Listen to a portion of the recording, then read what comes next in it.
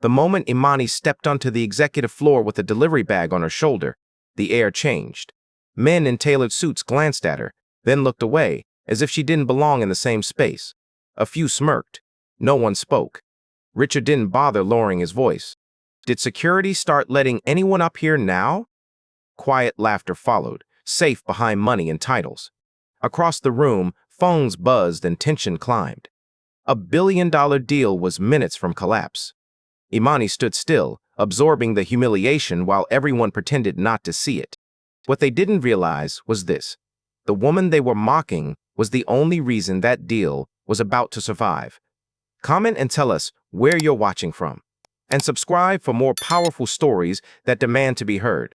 Imani moved through places like this every day without ever being invited to belong. Deliveries paid the bills, kept the lights on, and bought her time. They were not her identity. They were a bridge.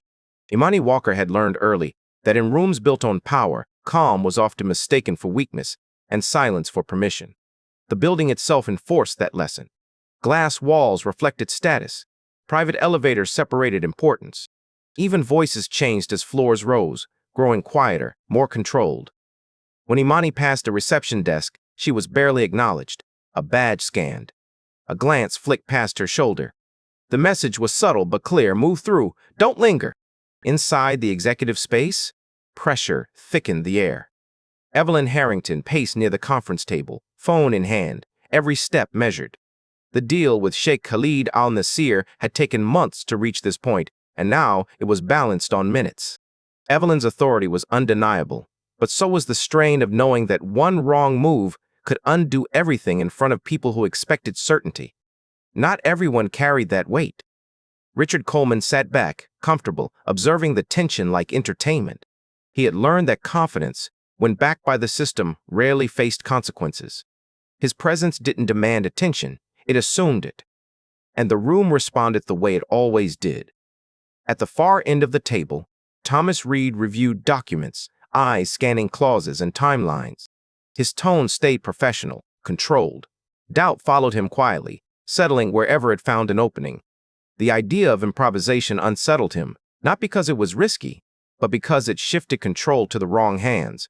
Near the elevator doors, Darnell Price stood watch. He opened doors. He checked access. And when Imani passed, he met her eyes for half a second and nodded. No words, just recognition. It was small, but it mattered. Recognition always does. Beneath the surface noise, another voice lived in Imani's memory. Zahra al-Farsi had taught her that language wasn't just vocabulary. It was timing, respect, knowing when to speak and when not to. Lessons learned in kitchens and crowded markets, where tone carried as much weight as words. The room tightened again. Phones buzzed. Someone mentioned the call. And nothing about this moment felt like it would end quietly. The room didn't relax after the first remark. It settled into something heavier, thicker. A quiet that wasn't neutral, only patient. Imani remained near the edge of the executive space, the delivery bag still resting on her shoulder, posture straight, expression controlled. She had learned long ago that reacting too quickly only rewarded moments like this. Richard watched her the way people watch things they expected to break. He leaned back, eyes moving across the room before returning to her, voice casual and unbothered. Just leave it there and try not to touch anything important. The words didn't shock anyone. That was the problem. A few heads shifted. No one objected. Silence carried the message forward more efficiently than protest ever could. Imani Walker did exactly as instructed. She moved with care, placing the delivery down precisely where she was told, hands steady, movements intentional. She didn't rush. She didn't apologize. That restraint seemed to irritate him more. Attention followed her, not curious, but evaluative, waiting for a mistake. At the table, Thomas Reed continued scanning documents, tone measured, professional.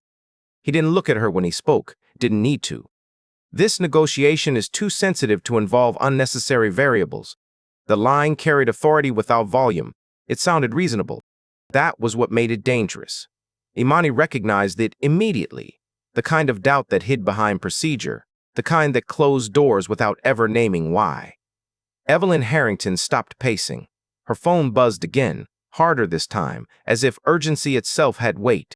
She glanced at the clock, then at the faces around her, all waiting for certainty she wasn't sure she could deliver.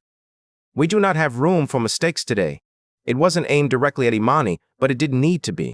Responsibility had a way of sliding downhill, settling on the shoulders least protected by the system. Richard sensed the pressure shifting and leaned into it. He filled the minutes with small reminders of control, a sigh, a look, a pause, whenever Imani adjusted her stance. When she tightened the strap on her shoulder, he shook his head slowly, as if even that small movement was an intrusion. This is a boardroom, not a break room. The comment landed publicly. A chair scraped. Someone cleared their throat. Still, no one spoke up. Bystanders remained exactly where the system trained them to be. Comfortable, compliant, quiet. Near the doors, Darnell Price stood watch, hands folded, eyes alert. He tracked the room the way security learned to, reading tension, watching patterns. When Richard looked away, Darnell met Imani's eyes briefly. There was no pity in it, just recognition, the kind that acknowledged a moment sharpening into something else. Imani focused on her breathing, in, out, the way Zahra al-Farsi had taught her when voices crowded too close. She listened, not just to what was being said, but how it was said. The impatience, the assumptions, the small errors hiding in confidence. That was when she noticed it. Thomas referenced the call schedule again, speaking about Sheikh Khalid al-Nasir with casual certainty. The phrasing was wrong. Not offensive worse, dismissive, built on the assumption that money flattened culture. Imani replayed the detail in her mind, the accent she had once heard on a voicemail, the region implied by the name. Gulf, not North African. Formal expectations. Timing mattered here. Evelyn repeated the same assumption moments later, already bracing for resistance on the other end of the line. The strategy was built on speed, not understanding. Imani felt a tightening in her chest, not fear, but frustration. The kind that came from watching a preventable failure line itself up. Richard noticed her stillness and misread it as hesitation. He leaned forward slightly, lowering his voice just enough to feel personal.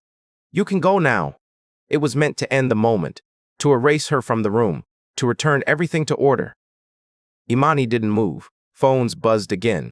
The call time crept closer. The tension shifted from irritation to risk. If this went wrong, it wouldn't fade quietly. It would be expensive, public, unavoidable. Imani thought of Zahra correcting her tone, reminding her that respect wasn't optional, it was strategic. She thought of all the moments she had stayed silent because it made things easier for everyone else. This one felt different. This one felt wrong. She adjusted her grip on the bag, steadying herself. The room was already watching her even if they didn't realize it yet. Then she spoke, not loudly, not dramatically, just enough to be heard. "I think I can help." The sentence didn't change the room, but it cracked it, and everyone felt it, even if they didn't yet understand why. The room held its breath after Imani spoke, not because anyone trusted her yet, but because something unfamiliar had entered the space. Uncertainty. Evelyn Harrington felt it first. She glanced from Imani to the clock, then back again, weighing instinct against risk. Months of preparation, millions on the line, and now this moment, unplanned, unsanctioned, unavoidable. Richard Coleman broke the silence with a short, disbelieving laugh. His confidence didn't fade. It sharpened, defensive, and practiced. "You think you can help? How, exactly?" The tone wasn't curiosity. It was dismissal, delivered with the expectation that the room would follow his lead. Imani Walker didn't rush to answer. She waited until Evelyn gave the smallest nod, barely visible, but real. Then she reached for the phone. The call connected. The voice on the other end was calm, deliberate, carrying authority without effort. The kind of voice that didn't ask to be heard. Before anyone else could speak, Imani addressed the line in Arabic. Not hurried, not hesitant. Her pronunciation was precise, respectful, carrying the rhythm of someone who understood more than vocabulary. The room froze. Thomas Reed's pen stopped mid-note. Evelyn's eyes widened, calculating too late what she had nearly allowed to slip past her. The voice on the line paused, then responded. What followed didn't sound like translation. It sounded like recognition. Imani adjusted her tone instinctively, shifting register to match formality, offering context where direct English would have sounded abrupt. She didn't repeat words. She carried intention. Minutes passed, stretching longer than they were. Richard's posture changed, slowly. The ease drained from his shoulders. He glanced around the table, searching for reassurance that never came. This wasn't the script he knew. This wasn't the room he controlled.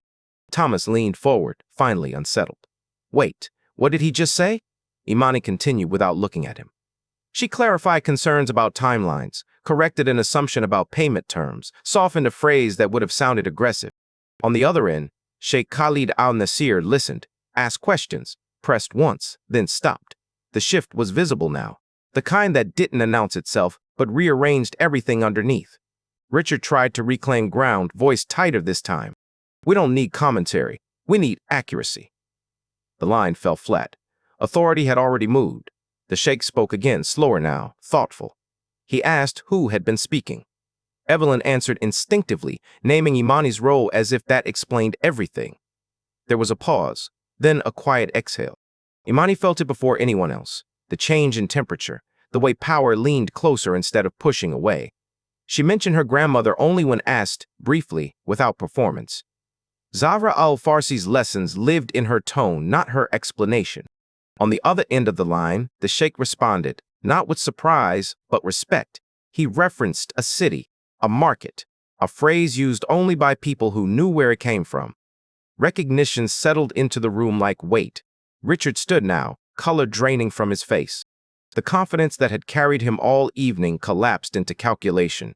He opened his mouth, then closed it. Nothing he said would land the same way again. Evelyn straightened, not to dominate, but to align. She'll remain on the line. It wasn't a request. The sheikh set one condition. Clear, non-negotiable. His trust would sit where respect had already been shown. Imani translated once, precisely, and let the meaning stand on its own. Richard finally understood what had happened, not gradually, but all at once. That's not possible. The words sounded small in the space they used to command. Imani met Evelyn's eyes for the first time since the call began. There was no triumph there, only steadiness. The deal didn't hinge on her presence because she demanded it. It hinged on her presence because, without it, there was no deal at all. The call ended. No one moved.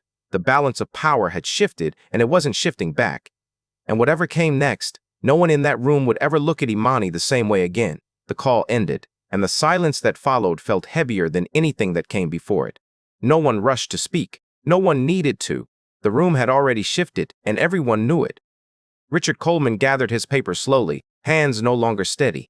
He didn't look at Imani. He didn't argue. The authority he had leaned on all evening was gone, replaced by something colder consequence. He left the room without ceremony, without an audience, stripped of the confidence that once protected him. Evelyn Harrington remained where she was, shoulders squared, eyes clear. For the first time that day, the pressure on her face eased, not because the deal was saved, but because it was finally aligned the right way. She turned toward Imani Walker, not with apology or guilt, but recognition. It was the kind that came too late to undo harm, but early enough to change what happened next. On the other end of the line, Sheikh Khalid al-Nasir spoke with calm certainty. His offer was not framed as charity or opportunity. It was expectation. He made it clear that future communication would move through Imani, not as a favor, but as a requirement. Respect had been shown, and it would not be negotiated away. Imani listened. She didn't rush to respond. She thought of every room she had walked through, unnoticed. Every time silence had been easier for everyone else. Then she chose, not out of gratitude, but purpose. She agreed on her terms, knowing her voice carried weight now because she had earned it, not because it had finally been allowed. As the room slowly emptied, Darnell Price opened the door for her. This time, executives waited. No one rushed past. No one looked through her. It was a small moment, but it mattered. Imani adjusted the strap of the delivery bag one last time before setting it down. She thought of Zahra al-Farsi, of lessons about dignity, timing, and knowing your worth even when others refused to see it. Her grandmother had taught her that language could build bridges, but so could courage. This wasn't just a story about one room or one deal. It was about how often talent is ignored because it wears the wrong uniform. About how silence protects injustice until someone decides it won't. So the question isn't whether Imani deserved to be heard. The question is, how many others are still waiting to be seen? If this story moved you, share it with someone who needs to hear it. Like, comment, and subscribe to Black Community Struggles. Your support helps these stories reach the people who need them most.